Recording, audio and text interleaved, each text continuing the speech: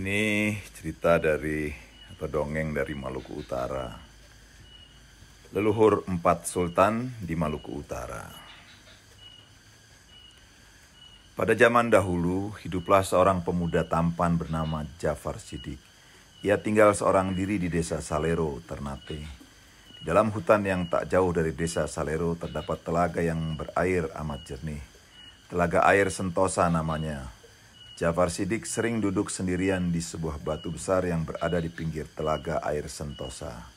Terutama ketika ia beristirahat setelah berburu atau mencari kayu bakar di hutan. Pada suatu sore, Jafar Siddiq kembali duduk di batu besar di pinggir telaga air Sentosa itu. Langit di atas berwarna jingga yang amat indah ketika dipandang. Seperti tak puas-puasnya Jafar Siddiq melihat keindahan langit ketika itu. Tiba-tiba pandangan Jafar Siddiq tertuju pada setitik cahaya berwarna-warni. Tampak seperti pelangi. Kian jelas Jafar Siddiq mengamati, kian jelaslah pelangi itu. Pelangi itu kian membesar dan memanjang.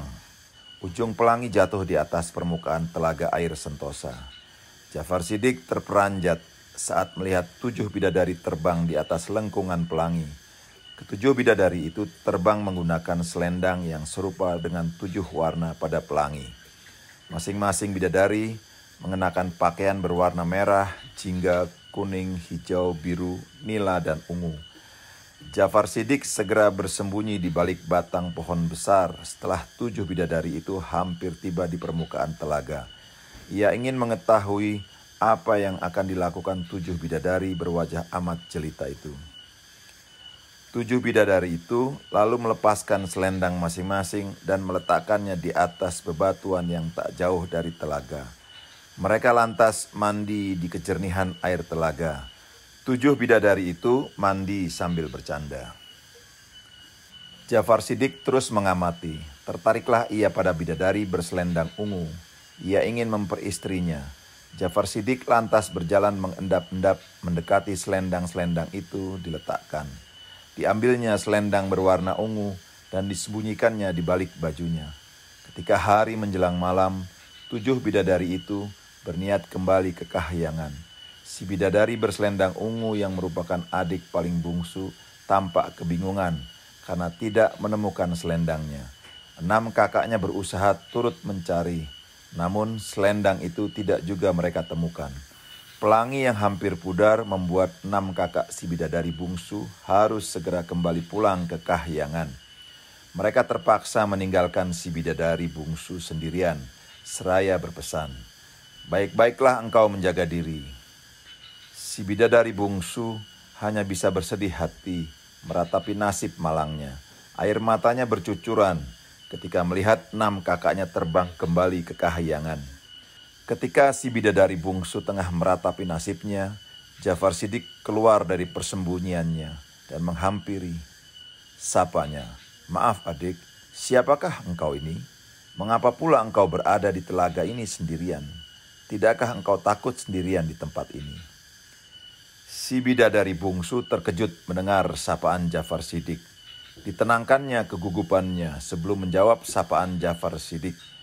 "Tuan, namaku Boki Nur Faisah. Aku kehilangan selendang hingga tidak bisa pulang kembali ke kahyangan." Jafar Siddiq lantas menyarankan sebaiknya bidadari bernama Boki Nur Faisah untuk turut bersamanya. Boki Nur Faisah bisa menerima saran Jafar Siddiq. Ia mengikuti Jafar Siddiq. Tidak berapa lama kemudian, Jafar Siddiq dan Boki Nur Faisah menikah. Selama mereka tinggal serumah, Jafar Siddiq menyembunyikan selendang Boki Nur Faisah di bubungan rumahnya. Jafar Siddiq juga berjanji kepada istrinya untuk tidak mencegah kepulangan istrinya ke kahyangan jika selendangnya telah ditemukan. Waktu terus berjalan. Kehidupan keluarga Jafar Siddiq terlihat rukun dan damai. Jafar Siddiq juga telah dikaruniai 4 anak lelaki. Jafar Siddiq mendidik 4 anaknya itu dengan baik. Ia membekali 4 anak lelakinya itu dengan ajaran agama Islam. Jafar Siddiq sangat berharap 4 anak lelakinya itu akan tumbuh menjadi orang-orang yang baik kelakuannya dan kelak akan hidup dalam kebersamaan. Walaupun telah hidup berbahagia dengan suami dan 4 anaknya, namun Boki Nurfaisah tetap juga berniat kembali ke kahyangan. Pada suatu hari, ia melihat pelangi yang muncul indah di atas bubungan rumah. Ketika ia tengah mengamati pelangi, mendadak pandangannya terantuk pada sehelai kain berwarna ungu yang terselip di bubungan rumah. Betapa terperajatnya ia ketika berhasil mengambil kain yang tak lain selendangnya itu. Betapa kecewanya ia pada suaminya. Selama itu suaminya telah berbohong padanya. Kekecewaan yang dirasakannya berubah menjadi kemarahan. Ia akan kembali ke kahyangan tanpa lagi berpamitan dengan suaminya. Sebelum berangkat, Boki Nurfaisah menghampiri anak lelakinya dan berpesan, "Hendaklah kalian senantiasa hidup rukun dan saling menolong. Saling sayang menyayangilah kalian berempat, karena kalian berasal dari orang tua yang sama. Senantiasa ingatlah kalian pada pesan ibu, taat dan patuhi perintah dan nasihat ayah kalian." Boki Nurfaisah lantas mengenakan selendangnya, dan tubuhnya melayang. Terbanglah ia kembali ke negeri kahyangan. 4 anaknya hanya bisa menatap kepulangan ibu mereka itu dengan tangis sedih. Semakin jauh tubuh ibu mereka, semakin keras tangisan 4 anak itu. Jafar Shiddiq terperanjat ketika pulang dari ladang dan mendapati 4 anak lelakinya menangis. "Apa yang terjadi?" tanyanya. "Mana ibu kalian?" 4 anak lelaki itu lantas menceritakan kejadian berkenaan dengan ibu mereka yang telah kembali ke kahyangan. Jafar Shiddiq sangat sedih.